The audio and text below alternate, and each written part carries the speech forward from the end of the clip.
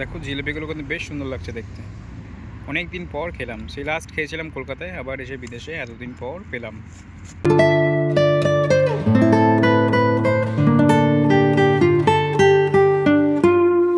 Hello everyone, I hope তোমরা সবাই খুব ভালো আছো। তো আমি চলে এসেছি তোমাদের জন্য নতুন আরেকটা ভিডিও নিয়ে। তো আজকের ভিডিওর যেটা টপিক সেটা আমি যেতে যেতেই বলছি তোমাদেরকে। অ্যাকচুয়ালি আমি বিদেশে রয়েছি অনেক দিন প্রায় হয়ে গেল। তো আমার এখানে সব কিছুই বেশ ভালো লাগে। তো আমি একটা জিনিস খুব মিস করছিলাম, সেটা হলো আমাদের কলকাতার স্ট্রিট ফুডগুলো। যেহেতু আমার বাড়ি কলকাতায়, তো আমি খুব ভালোবাসতাম কলকাতায় যখন ছিলাম স্ট্রিট ফুড খেতে খুব ভালোবাসতাম। আমি রোজই খেতাম, প্রায় বলতে পারো রোজই খেতাম। তো এখানে ভীষণ মিস করছিলাম, এখানে কোথাও খুঁজে পাচ্ছিলাম না। তো আমাদেরই কোম্পানি এক কালিগ আছে, তো আমি ওকে কল করলাম যে ভাই আমি কি এখানে ওই খাবারগুলোকে পাবো যেগুলো কলকাতার স্ট্রিট ফুড পাওয়া যেত? ও বললো হ্যাঁ পাওয়া যায়, তবে পুরো 100% তুমি হয়তো না হবে, ধরো 60 মানে 60% মতো পেয়ে যেতে পারো। তো বললাম ঠিক আছে, তাহলে আজকে বিকেলে আসছি। যখন তখন শুনেছি পাওয়া যায়, তখন আর দেরি না করে ফাটাফাট করে রেডি হয়ে বিকেলবেলায় বেরিয়ে পড়েছি খাওয়ার জন্য। তো চলো আজকে তোমাদেরকে দেখাবো কী কী পাওয়া যায়। আর আরেকটা জিনিস যেটা যেটা আমাকে বললো যে এখানে কিন্তু দোকানে বসে হয়তো খাওয়া যেতে নাও পারে, তার কারণ হলো এখানে যে দোকানগুলো মানে খুবই ছোটো একটা দোকান, আর তার মধ্যে কাস্টমার নাকি সবসময় ভরে থাকে। কিছু চেয়ার্স বাইরে পাতা থাকে, কিন্তু ও বললো বসার জায়গা তুমি নাও পেতে পারো। তার কারণ হলো এটাই যে মানুষজন এতটাই বেশি থাকে, ওখানে বসার জায়গা থাকে না। আরও বলে একটু তাড়াতাড়ি আসতে, কারণ সন্ধ্যের মধ্যে সব খাবার নাকি শেষ হয়ে যায়। তো বুঝতেই পারছো এই দেশে অনেক আমাদের ইন্ডিয়ান আর বাংলাদেশে থাকে, মানে ইন্ডিয়ার লোকও আছে, বাংলাদেশের লোকও আছে। তো তারা ভাই ওরকম একটা দোকান পেলে তো সবাই ভিড় করে গিয়ে খাওয়া দাওয়া করবেই না, তো সব তো শেষ করে ফেলবেই। তো যেই কারণে একটু তাড়াতাড়ি যাচ্ছি। তো আমি ওকে বললাম যে ওখান থেকে খাবার কিনে পার্সেল করে না আমার ফ্রেন্ডের বাড়ি থেকে খেয়ে নেবো, আর দেখাবো আমি কী কী কিনলাম, কী কী খাবার ওখানে পেলাম। বন্ধুরা তোমরা যারা আমার চ্যানেলে নতুন এসছো বা নতুন ভিডিওটা দেখছো, তাদেরকে বলে রাখি যে আমার চ্যানেলটা প্লিজ সাবস্ক্রাইব করে নিও, আর পাশে থাকা বেল আইকনটা প্রেস করে দিও, তাতে আমি যখনই কোনো নতুন ভিডিও ছাড়বো তোমাদের কাছে নোটিফিকেশন চলে যাবে। আর ভিডিওটা যদি ভালো লাগে তো অবশ্যই একটা লাইক করো, সাথে পারলে একটা কমেন্ট করো, কারণ তোমার একটা লাইক আর কমেন্ট আমাকে নেক্সট ভিডিও করার জন্য কিন্তু আগ্রহটা অনেক বাড়িয়ে দেয়। তো দেখো আজকের ভিডিওর আশপাশটা আমার। আর আমি সবসময় একটা কথা বলি যে ভিডিওটা স্কিপ করে প্লিজ দেখো না, কারণ স্কিপ করলে অনেক জায়গা মিস করে যাবে। কারণ দেখো বিদেশের রাস্তাঘাটগুলো খুবই সুন্দর হয়। আমি তো অবশ্যই দেখাবো কী কী খাবার ওখানে পাওয়া যায়, তার সাথে সাথে দেখাবো এখানকার রাস্তার এত সৌন্দর্যটা। দেখো এখানকার মানুষরা বাড়িতে কত সুন্দর সুন্দর গাছ লাগিয়ে রাখে, দেখেছো? মানে এখানকার মানুষরা কিন্তু প্রচণ্ড গাছ ভালোবাসে। আমি এটা বারবার অনেক ভিডিওতে হয়তো বলেছি, কারণ আমি এখানে প্রত্যেকটা বাড়িতে দেখি অনেক অনেক গাছ লাগানো, প্রচুর গাছ লাগানো। মানুষ ভীষণ এখানে গাছ ভালোবাসে। তো সামনে একটা খুব সুন্দর মসজিদ আসছে, আমি তোমাদেরকে ব্যাক ক্যামেরা দিয়ে দেখাচ্ছি। দেখো কি সুন্দর একটা মসজিদ। যারা উদ্যোগ নিচ্ছ বিদেশে আসবে, তোমাদের মধ্যে কেউ যদি আমার ভিডিওটা দেখে থাকো, তারা যদি ভাবো যে বিদেশে গেলে তোমরা হয়তো দেশের খাবার খুব মিস করবে, তো এরকম কখনো ভাববে না। প্রত্যেকটা দেশেই কিন্তু তুমি দেশের খাবার পেয়ে যাবে।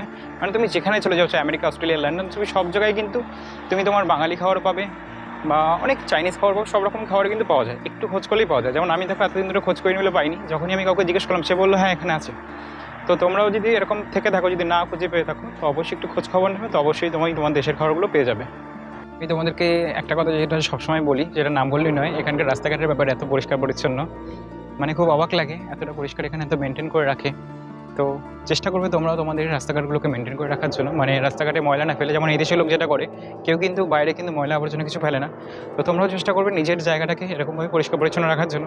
মানে এখানকার লোক যখনই যা কিছু খায় সে তার নিজের পকেটে বা কোথাও রেখে সেটাকে পরে গিয়ে অন্য কোনো ডাস্টবিনে ফেলে দেয়। আর এখানে অনেক জায়গায় সব জায়গাতে এরকম ডাস্টবিন করা থাকে, দেখো আমি যাচ্ছি সেখানে ডাস্টবিন, মানে প্রত্যেকটা জায়গায় এরকম ছোটো ছোটো ডাস্টবিন সব জায়গাতে এখানে পাওয়া যায়। তো যে কারণে এই জায়গাটা খুব পরিষ্কার পরিচ্ছন্ন থাকে।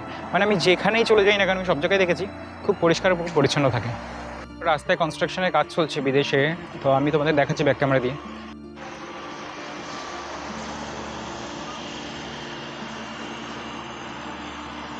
তো আমার পেছনে একটু নয়েজ আসছে, কারণ এখানে খুব আওয়াজ হচ্ছে। তোমাদেরকে দেখালাম এখানে রাস্তার কাজ চলছে।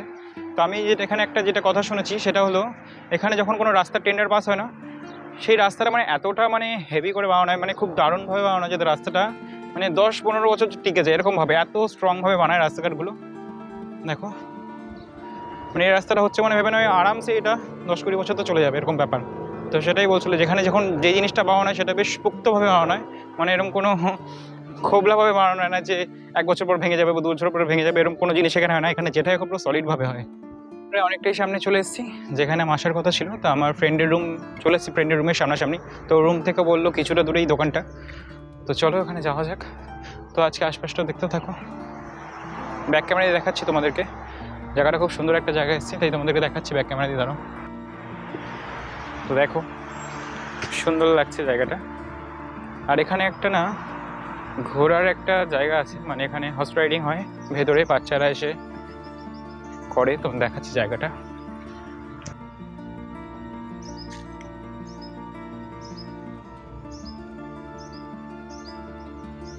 কখনো ঘোড়া চড়তে ইচ্ছে হয় তো এর ভেতরে গেলেই হয়ে যায়। এখানে টিকিট কাটতে হয়, টিকিট কেটে এখানে হর্স রাইডিং করতে পারো তুমিও, গোল গোল করে ঘোরাবে।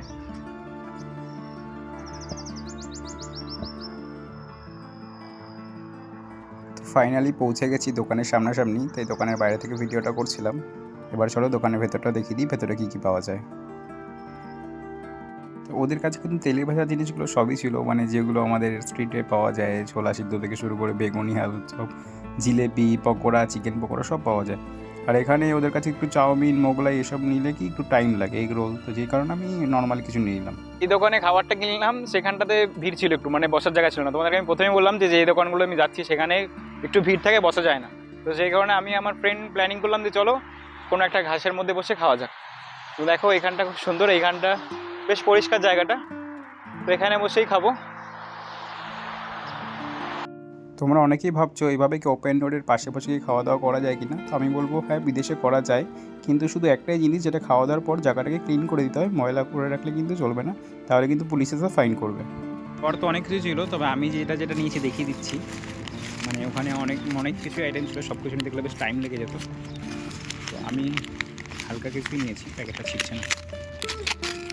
দেখো আমি নিয়েছিলাম এটা সিঙ্গারা রয়েছে একদম পুরো, আর এটা একটা, এটা কি নান্টু ভাই, এটা এটা এখানে নাকি সামোসা বলে। আর এটা একটা বেশ, যেটা মনে হয় এটা বেগুনি, আর এটা মনে হয় লঙ্কার চপ বলে। তো একটু জানি তোমাদের দেখে হাসি পাচ্ছে। আর এটা হচ্ছে জিলেপি রয়েছে, এখানে অনেকগুলো জিলেপি রয়েছে।